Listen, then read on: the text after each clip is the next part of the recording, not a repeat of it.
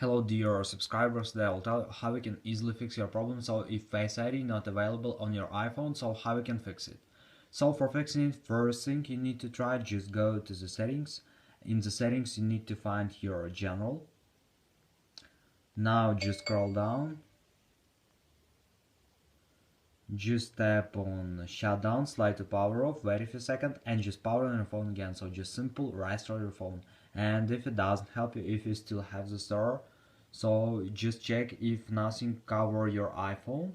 And the latest option you can try, just go to the settings. In the settings just find general, just tap on software update and just wait until it will check for updates. And if you see here download and install, just tap on it and wait until it will successfully download and install the latest updates for your iPhone. And also you can try to make force restart on your phone.